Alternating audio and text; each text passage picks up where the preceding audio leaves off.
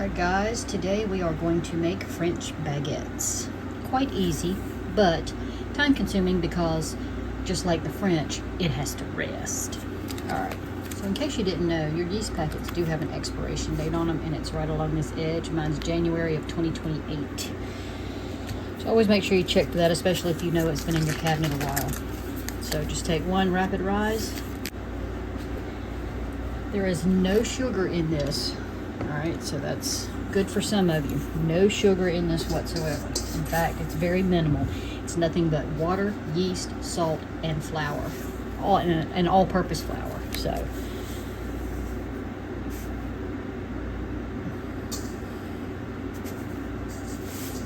alright. Guess that was still damp from salting. Just got done washing dishes. Alright, and I wanted to show you, I do use, this is what I use, and I'm about to have to open a new one.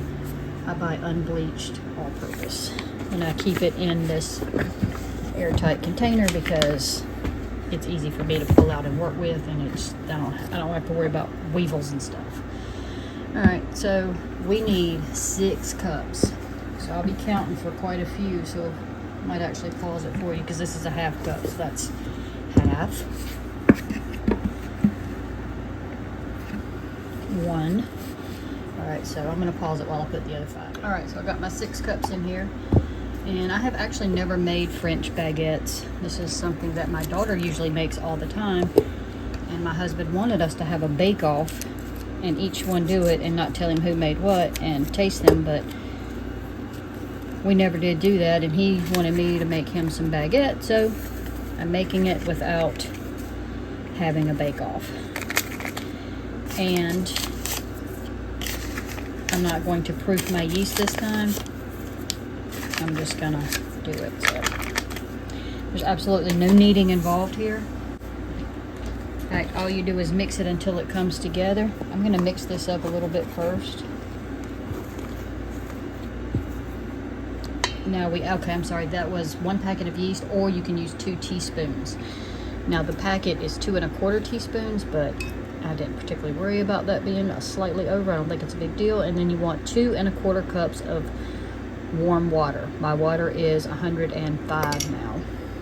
So 2 1/4 cups of water. That's all that goes in it. All we do now is stir it until it comes together. It's going to be very sticky and probably slightly runny, but all we want to do is combine it. Then you're going to cover it, and it has to sit for a minimum of 10 hours.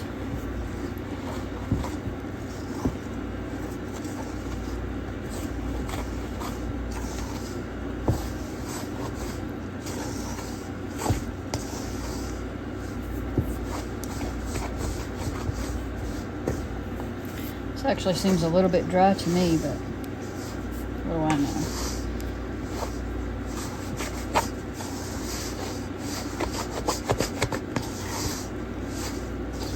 You do not refrigerate it.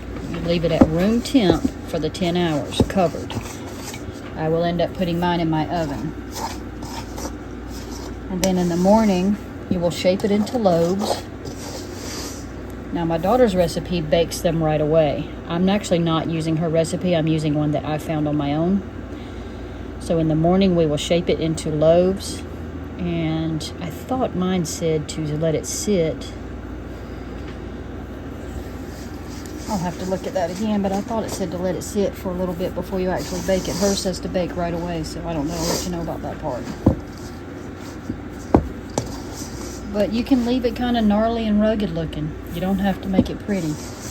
That's what's going to give it that ugly, crusty look on top. I call it ugly, crusty. Some people might call it beautiful, but I think it's a bit gnarly.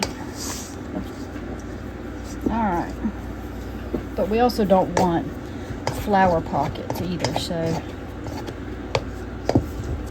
you want it to come together enough to where you don't have little crispy crusties flying off everywhere.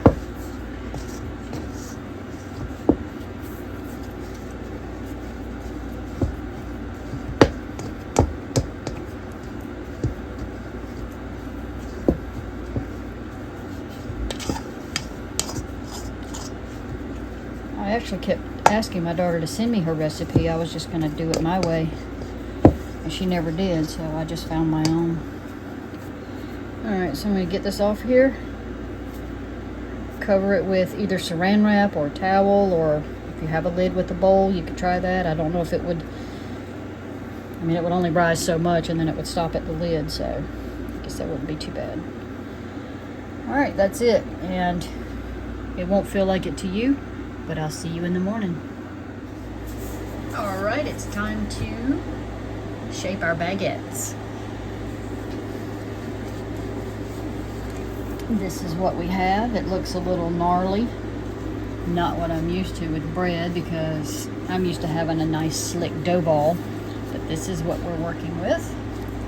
I've got my board thoroughly floured, because I'm pretty sure, in fact, I think I'm going to sprinkle some on top of here too before I try to pour this out of here. Like I said, my daughter makes this all the time, but in her recipe, you shape and bake, that's it. But in this recipe, you actually shape them and let them rise for 1 to 2 hours. So that's what we're gonna do. I think I'm gonna make 3.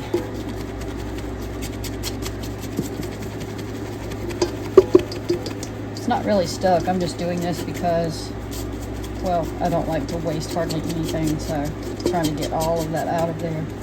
There, so it came out pretty decent. Oh, you can't see it. See? Not too bad. Alright.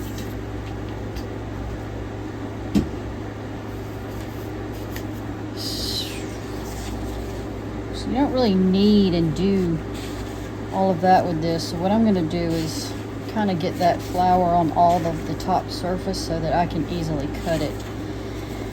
Because otherwise, it's going to be a little hard.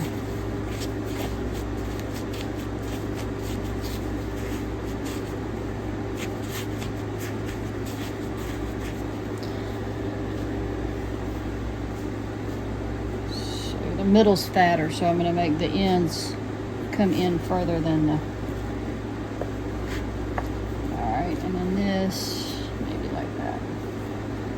And they don't have to be perfectly even. I probably should have kept that bowl so that I could put these others there, but I'll coat those cut ends so that they don't stick. Alright, so basically you use your hands, you don't roll it out. So I didn't get my rolling pin out. I'm just going to stretch and pull it until you can get it to the right shape. And you just kind of fold it in. I'll go ahead and pinch that. I believe I saw her fold it again, but I'm not going to do that. I'll tuck my ends just a little bit, because I don't have a whole lot extra on my ends.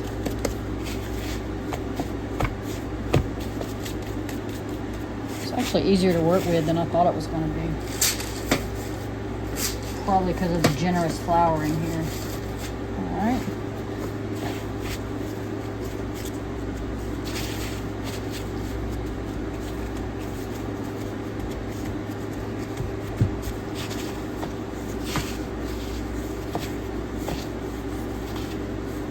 Keep it rusted, because if you roll it out, you're not gonna have all those nice holes in the middle.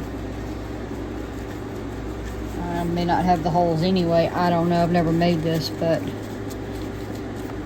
I do know that rolling it out will make it a lot smoother and not have the holes in it. So my daughter keeps all that flour on hers. I'm trying to brush some of it off because I personally don't like that much on there. As it turns out, I really didn't need that much flour. I'm not even going to bother with those ends. I'm just going to let them stay the way they are.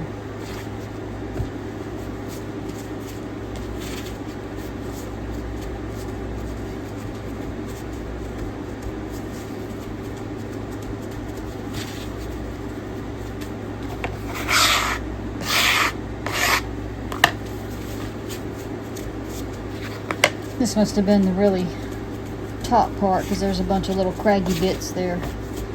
So I think what I'm going to do is keep those on the well, I can't keep them on the top, but as much as I can on the top. On the outside, keep the inside smooth and soft. Alright. Pinch it together. We are going to slash the tops pretty deeply, and there is a purpose for that. It is to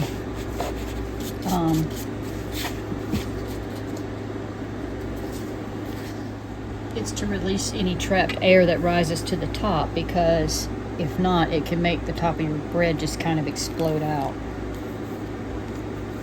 So we're going to give, you can do 2 or 3. Alright, I think those are good. Okay, cover them back up, set them back in the oven with the light on,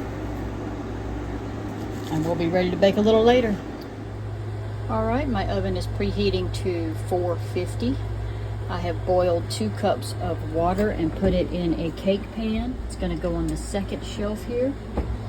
That is to create a steam that will make your top crusty. You're going to leave that in there for the first 10 minutes, then you're going to bake it for 20 additional minutes after taking the water out.